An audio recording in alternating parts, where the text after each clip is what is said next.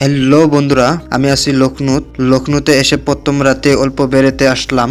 এটা হলো ঘন্টিঘর।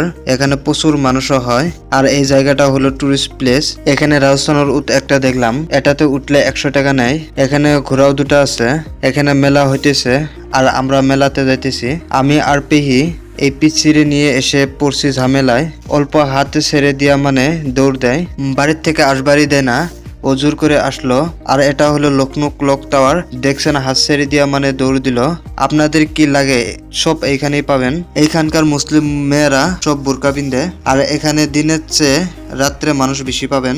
আর রাতে 2টা বাজায় চা খাবার মানুষ এখানে আসে। আর আমরা এখন বের হলাম, বাড়ি যাব। অনেক রাত হয়েছে, 2টা বাজে। আর এখানে রাত্রের ভিউটা অনেক সুন্দর। আর সামনে যে গেটটা দেখছেন ওটা নবাব সিরাজ উদ্দৌলা বানিয়েছেন। লখনউর বহুতা আছে দেখবার, আপনাদের দেখাবো। আমাকে সাপোর্ট করবেন যাতে আরো সুন্দর সুন্দর ভিডিও বানাইতে পারি। কমেন্টে বলো কেমন লাগলো। সো আজকের ভিডিও এই পর্যন্তই শেষ।